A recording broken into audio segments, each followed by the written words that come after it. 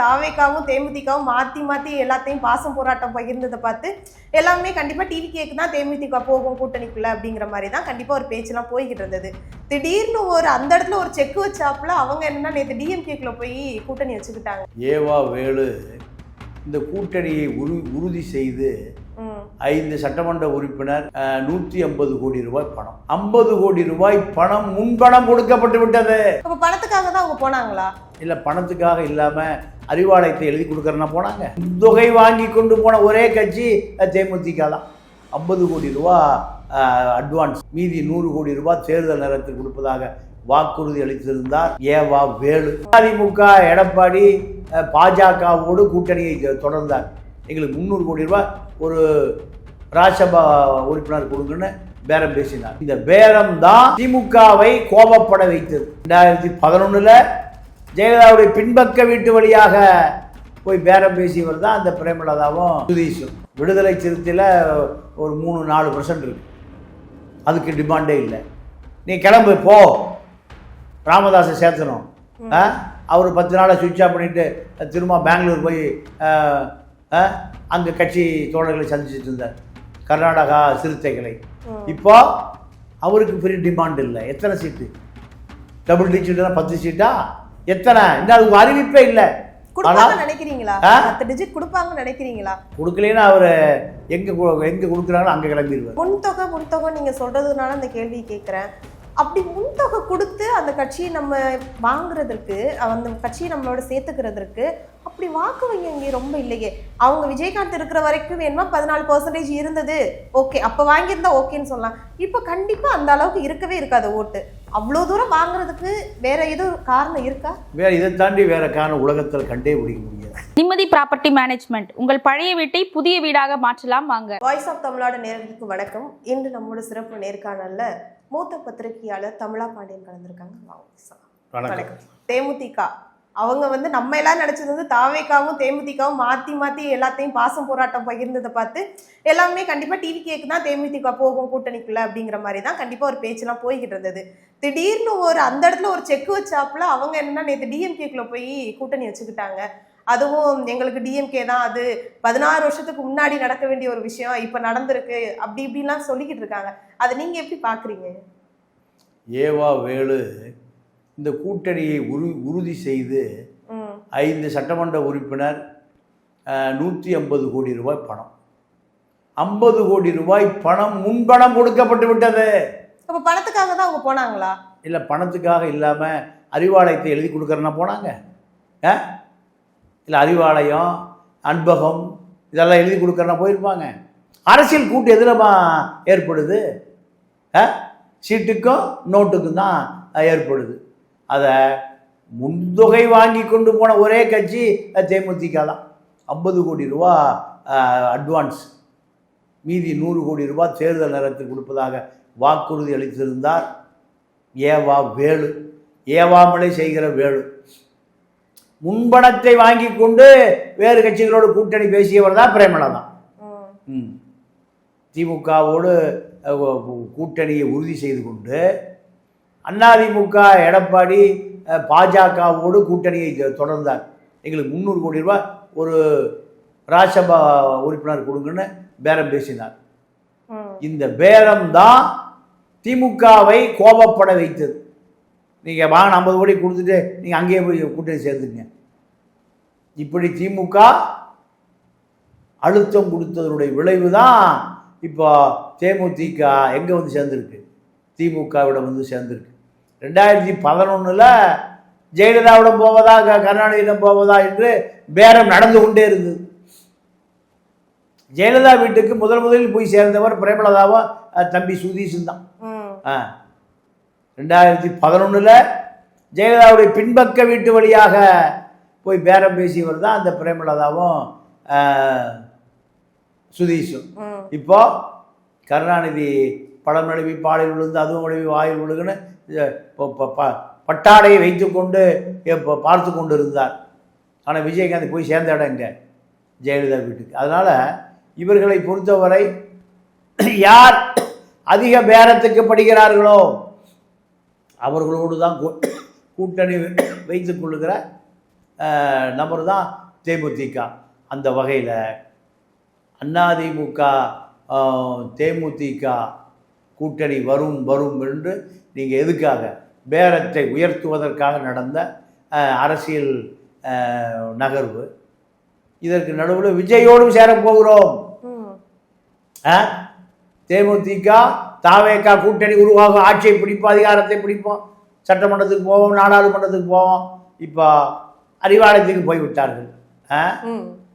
பிரேமலதாவை பொறுத்த வரைக்கும் 0.5% வாக்கு வங்கி வைத்திருக்கிற கட்சி தான் அந்த கட்சி. இதுக்கு இவ்வளவு கிராக்கி டிமாண்டு. அப்போ திமுக பலவீனமாக இருக்கிறது என்பதைத்தான் நம்ம எடுத்துக்கொள்ள வேண்டியிருக்கு. ஒரு 5% இருக்க இவ்வளவு பரபரப்புனா அது நியாயம் இருக்கு. 5% வாக்கு வந்தால் திமுக வெற்றி பெறும், அதிமுக வெற்றி பெறும், பாஜக வெற்றி பெறும், தாவேகா வெற்றி பெறும். இங்கே 0.5% தான் இருக்கு. 0.5%க்காக திமுக படாத பாடுபட்டு கூட்டணியை முடிவு செய்து நீங்கள் வழி மீது விழிவைத்து காத்திருக்கிறார்கள்னா திமுக 0.5%க்கே லாயக்கு இல்லாத கட்சியாக போச்சு. அப்படித்தானே மக்கள் நினைக்கிறான். விடுதலை சிறுத்தையில் ஒரு 3-4% இருக்கு, அதுக்கு டிமாண்டே இல்லை. நீ கிளம்பு போ, ராமதாஸை சேர்த்தணும். அவர் 10 நாளை சுவிட்ச் ஆஃப் பண்ணிட்டு திரும்ப பெங்களூர் போய் அங்கே கட்சி தோழர்களை சந்திச்சுட்டு இருந்தார், கர்நாடகா சிறுத்தைகளை. இப்போ அவருக்கு பெரிய டிமாண்ட் இல்லை. எத்தனை சீட்டு? டபுள் டிஜிட்னா 10 சீட்டா? எத்தனை? இன்னும் அதுக்கு அறிவிப்பே இல்லை. நினைக்கிறீங்களா 10 டிஜிட் கொடுப்பாங்கன்னு நினைக்கிறீங்களா? கொடுக்கலன்னா அவர் எங்க கொடுக்குறாங்களோ அங்கே கிளம்பிடுவார். இல்ல, அவர் தான் எல்லா இடத்துலயுமே விட்டு கொடுக்காம பேசுறாரு ஸ்டாலின்.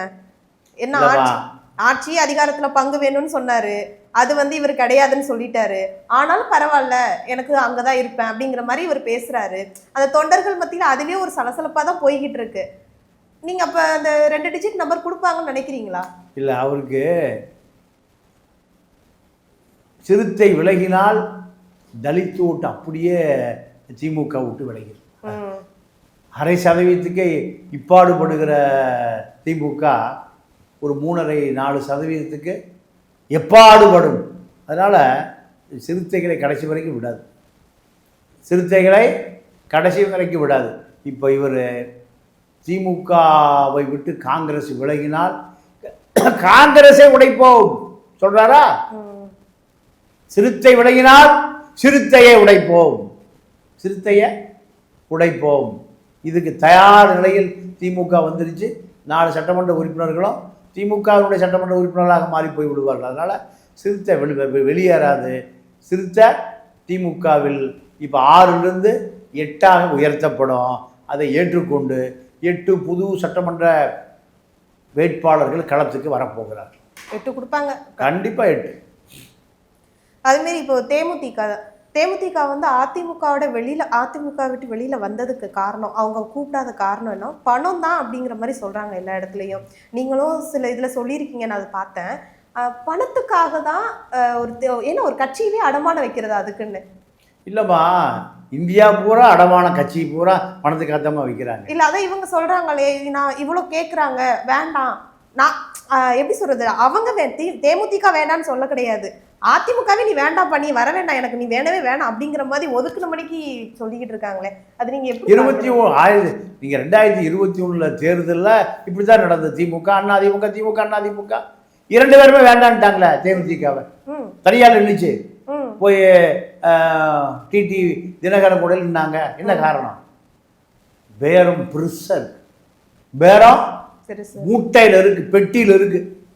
அதனால வேண்டாம், உங்க சாவகாசமா வேண்டாம், கிளம்பி போயிருங்க. இப்போ அதே நிலைமை தான். இது ஏவாவேலு முன்தொகை கொடுத்து உறுதி பண்ணியிருக்கார். முன்தொகை கொடுத்ததுனால இவர்கள் திமுகவை விட்டு வெளியேற முடியாமல் இப்போ திமுகவில் ஐக்கியமாவதற்கு அதுதான் காரணம். முன்தொகை நீங்க சொல்றதுனால அந்த கேள்வி கேட்குறேன். அப்படி முன்தொகை கொடுத்து அந்த கட்சியை நம்ம வாங்குறதற்கு, அந்த கட்சியை நம்மளோட சேர்த்துக்கிறதுக்கு அப்படி வாக்கு வங்கி இங்கே ரொம்ப இல்லையே. அவங்க விஜயகாந்த் இருக்கிற வரைக்கும் வேணுமா 14% இருந்தது, ஓகே, அப்போ வாங்கியிருந்தா ஓகேன்னு சொல்லலாம். இப்போ கண்டிப்பாக அந்த அளவுக்கு இருக்கவே இருக்காது ஓட்டு. அவ்வளோ தூரம் வாங்குறதுக்கு வேற எதுவும் காரணம் இருக்கா? வேற இதை தாண்டி வேற காரணம் உலகத்தில் கண்டே பிடிக்க முடியாது. ஏன் திமுகவுக்கு ஒரு 1/2% ஓட்டு, அதையும் இழக்க திமுக தயாராக இல்லை. ஏன்னா திமுக எப்படியாவது வெற்றி பெற்று விட வேண்டும் ஒரு வெறி முடிச்சிருக்கு. அப்போது 0.5% இழந்தால் ஊருக்கு 500 ஓட்டு போயிடும், 1000 ஓட்டு போயிடும். அதையும் விடக்கூடாது, எப்படியாவது அதிகார வெறி ஆட்சிக்கு வந்துவிட வேண்டும். இந்த உந்துதலின் காரணமாகத்தான் திமுக இவ்வளவு படபடப்பு பரபரப்புக்கு இடையில் தேமுதிகவை கூட்டணியில் சேர்த்திருக்கு. இதை தாண்டி வேற காரணம் இல்லை, இதை தாண்டி வேறு எந்த காரணமும் இல்லை. தேர்தல் வருகிற பொழுது தேர்தல் கூட்டணி, நாடாளுமன்ற தேர்தல் வருவது நாடாளுமன்ற கூட்டணி, சட்டமன்ற கூட்டணி தேர்தல் சட்டமன்ற கூட்டணி. இதுதான் காரணம்.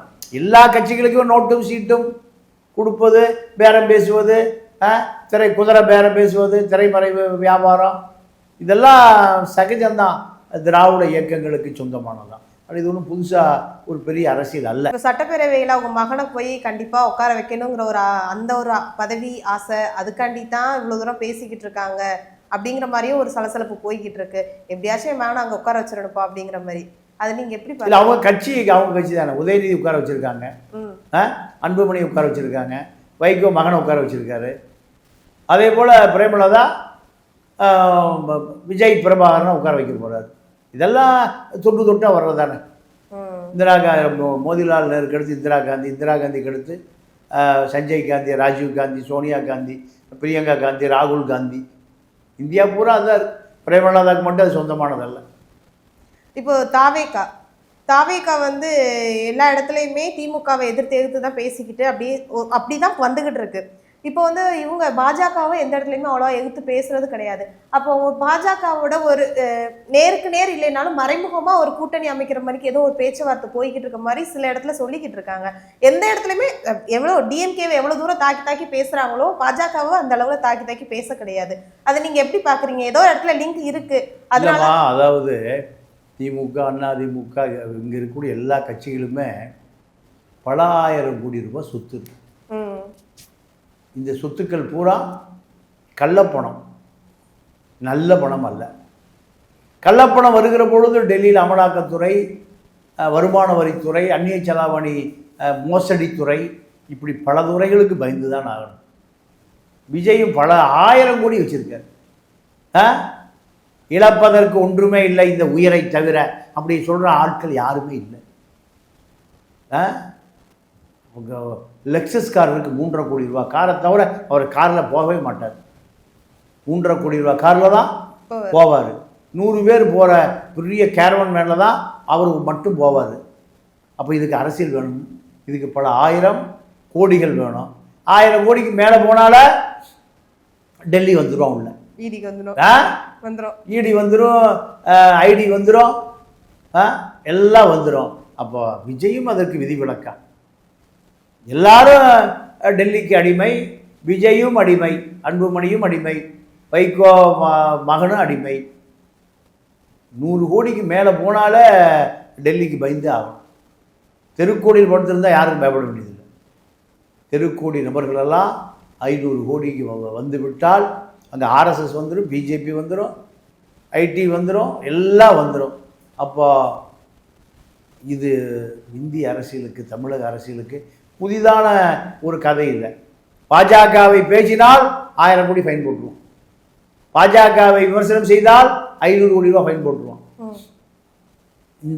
இந்த பணம் பூரா கள்ளப்பணம், நல்ல பணமே அல்ல. நல்ல பணம் வைத்திருக்கிறவர்கள் பாஜக பயப்பட வேண்டியதில்லை. கள்ளப்பணம் வைத்திருக்க அத்தனை பேரும் பாஜகவுக்கு பயந்தே ஆகணும், கப்பம் கட்டி ஆக வேண்டும், நடுங்கி ஆக வேண்டும், அவர்களுக்கு கை கட்டி நிற்கணும், வாய் குத்தி நிற்கணும். இதெல்லாம் எழுதப்படாத சட்டங்கள். அதில் விஜயும் விதிவிலக்கு அல்ல. இல்லை, விஜய் விதிவிலக்கு அல்ல. ஆனால் கொள்கை எதிரி, எல்லா எதிரி அப்படி எல்லா இடத்துலையுமே சொல்லிக்கிட்டு தான் வர்றாங்க.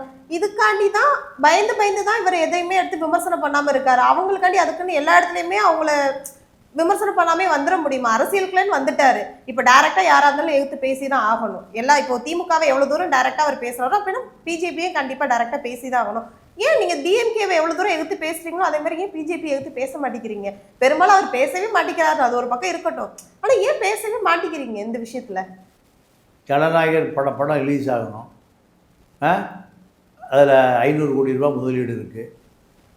இப்போவே பணம் கொடுத்த அத்தனை பேரும் திருப்பி கேட்குறான். அப்ப இதுலயே ஒரு சுயநலம் இருக்குதானா? 100% சுயநலம். அரசியல் கட்சி ஆரம்பித்ததே தன்னுடைய பணத்தை பாதுகாப்பதற்கு, ஐடி வராமல் இருப்பதற்கு, இடி வராமல் இருப்பதற்கு தான் கட்சியை ஆரம்பிச்சிருக்காரு. மக்கள் எல்லாம் தேனாரும் பாலாரும் ஓடி மக்கள் மோந்து மோந்து குடிப்பாங்கன்னு ஆரம்பிச்சாரு. இல்லை, அவர் தான் எல்லா இடத்துலயும் சொல்றாரு, நான் மக்களுக்காண்டி தான் வந்தேன், தமிழ்நாடு தான் என் வீடு. இல்லைம்மா, எல்லாருமே மக்களுக்காக தான் வர்றாங்க. அப்புறம் என்ன மிருகங்களுக்காக வர்றாங்க? மிருகங்கள்ட்ட ஓட்டு இல்லையே, அதெல்லாம் பூத்துக்கு வராத. எல்லா தலைவர்களும் சொல்லுவது மக்கள் சேவை மக்கள் சேவை தான். அப்புறம் ஏன் ஜெயிலுக்கு போகிறான் பாதி பேர்? அளவுக்கு அதிகமான சொத்து குவிப்பு வழங்கல ஏன் சிறைக்கு போகிறான்? சசிகலா ஏன் சிறைக்கு போகுது? ஜெயலலிதா ஏன் சிறைக்கு போகுது? கருணாநிதி ஏன் சிறைக்கு போனார்? எல்லாம் சிறைக்கு போனது எதுக்கு? மக்களுக்காக. அப்படின்னா வருமானத்துக்கு அதிகமான சொத்து சேர்த்து லஞ்சம் லாவணியம். ₹1 சம்பளமான ஜெயலலிதாக்கு இது எப்படி 62 கோடி வந்தது? எந்த அரசு பதவியில் இல்லாத சசிகலாவுக்கு எப்படி பல 1000 கோடி வந்தது? கருணாநிதிக்கு எப்படி பல 1000 கோடி வந்தது? எல்லாம் மக்களுக்காக மக்களுக்காக மக்களுக்காக தான் சம்பாதிக்கிறேன். தன்னுடைய சொந்த மக்களுக்காக. குழந்தை குட்டி பொண்டாட்டி புள்ள மச்சான் மாமன் சித்தன் பெரியப்பேன் சின்ன வீடு பெரிய வீட்டுக்கு தான் சம்பாதிக்கிறது. இது எல்லாமே விஜய் சொல்கிறத கதைகளில் இதுவும் ஒரு கதை. விஜய் சொல்றாரு, கண்டிப்பா டிஎம்கேவை துரத்தி விட்டுட்டு கண்டிப்பா நம்ம அந்த இடத்துக்கு வருவோம், அப்போ போய் விசில் அடிச்சு கண்டிப்பா எல்லாத்தையும் விசில் அடிச்சு சொல்லுவோம் அப்படிங்கிற மாதிரி சொல்லியிருக்காங்க. அது என்ன தைரியத்தில் அப்படி சொல்றாங்க? கண்டிப்பா வருவாங்களா டிவிக்கு? மக்கள் ஓட்டு போட்டா யாரு வேண்டுமானாலும் விசில் அடிக்கலாம். ஆனா எல்லாருமே சொல்றாங்களே, ரசிகர் பட்டாளம் மட்டும்தான் அங்க இருக்குது, ஓட்டா யாருக்கும் கிடையாது. ரசிகர் பட்டாளம் அப்படிதான் ஒரு நடிகருக்கு இருக்கிற மவுசு தான் அங்க இருக்குது அப்படிங்கிற மாதிரி சொல்றாங்க. ஆனா இவர் இவ்வளவு கான்ஃபிடென்ட்டா சொல்றாரு. இல்லை, எல்லாருக்குமே இப்போ அன்புமணி முதலமைச்சராகணும் தான் விரும்பினார். வைகோ முதலமைச்சராகணும் விரும்பினார். சீமான் முதலமைச்சர், ராமராஜன் முதலமைச்சர், சிவாஜி முதலமைச்சர், பாக்யராஜா, அத்தனை பேர் முதலமைச்சர் தான். மக்கள் ஓட்டு போட்டால் யார் வேணால் முதலமைச்சர் ஆகலாம். ஆனால் மக்கள் ஓட்டு போடலையே. சிவாஜி முதலமைச்சரானு வந்தார். மக்கள் ஓட்டு போட்ட ஒரே ஒருவர் எம்ஜிஆருக்கு மட்டும்தான். அதன் பிறகு யாருமே முதலமைச்சர் நாற்காலியை நோக்கி நகரவே முடியல. இப்போ யார் வந்திருக்கா? சின்ன எம்ஜிஆர், பெரிய எம்ஜிஆர், கருப்பு எம்ஜிஆர், வெள்ளை எம்ஜிஆர். இப்போ கடைசி விஜய் வந்திருக்கார். அவரும் எம்ஜிஆர் படத்தை வச்சுட்டு வந்திருக்கார். நேரடியாக முதலமைச்சர் நாற்காலி தான். இப்படி பல பேருடைய ஆசை. இப்போ இந்த தேர்தலில் எத்தனை முதலமைச்சர் களத்தில் இருக்காங்க? விஜய் ஒரு முதலமைச்சர், சீமான் ஒரு முதலமைச்சர், எடப்பாடி ஒரு முதலமைச்சர், ஸ்டாலின் ஒரு முதலமைச்சர், உதயநிதி ஒரு முதலமைச்சர். களத்தில் 5 முதலமைச்சர். 5 முதலமைச்சர் நாற்காலி இருக்கா? எத்தனை நாற்காலி இருக்கு? ஒன்றில் எப்படி 5 பேர் உட்காருவாங்க? அப்போது மக்கள் வாக்களித்தால் இந்த 5 பேர் யாரோ ஒருத்தர் முதலமைச்சர் நாற்காலிக்கு போகலாம். யார் அப்படி முதலமைச்சர் நாற்காலியில் உட்காருவாங்கன்னு உங்க கணிப்பு இருக்கு? உங்க கணிப்பு யாரு? நான் என்ன புளிய மரத்து கிளி ஜோசினா அப்படின்னு உங்களுக்கு மூத்த பத்திரிகையாளர் உங்களுக்கு இல்லாம இருக்குமா ஒரு கணிப்பு? ஆமா, மக்களுடைய மனநிலை நாடி துடிப்பை அளந்து பார்க்குற மிஷின் எது தெரியுமா? தேர்தல் தான். அந்த தேர்தல் நடந்து முடிந்த பிறகு மக்களுடைய மனநிலை அந்த தேர்தலில் பிரதிபலிக்கும். முதலமைச்சர் நாற்காலிக்கு போகக்கூடிய வாய்ப்பை பெற்றவர்கள் நாற்காலியை நோக்கி நகர்வார்கள். இப்போ ஜெயலலிதாவும் கோயில் கோயிலாக போச்சு, துர்காமாவும் கோயில் கோயிலாக போகுது. எதுக்கு? என்னுடைய கணவர் எப்படியா முதலமைச்சர் ஆக்கியிருக்குன்னு. மக்கள் தான் ஓட்டு போடணும். ஆண்டவன் கடவுளாக ஓட்டு போடும், காளிகாம்பாலாக ஓட்டு போடும், பழனி முருகனாக ஓட்டு போடுவார். எடப்பாடி கையில் மஞ்சள் கயிறு, சேப்பு கயிறு, பச்சை கயிறு, சிங்கிச்சான்னு அவ்வளோ கயிறு கட்டியிருக்கார். அவர் அந்த கயிறாக ஓட்டு போடும்.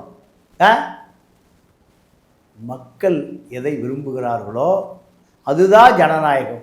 ஆக மக்கள் தீர்ப்பே மகேசன் தீர்ப்பு.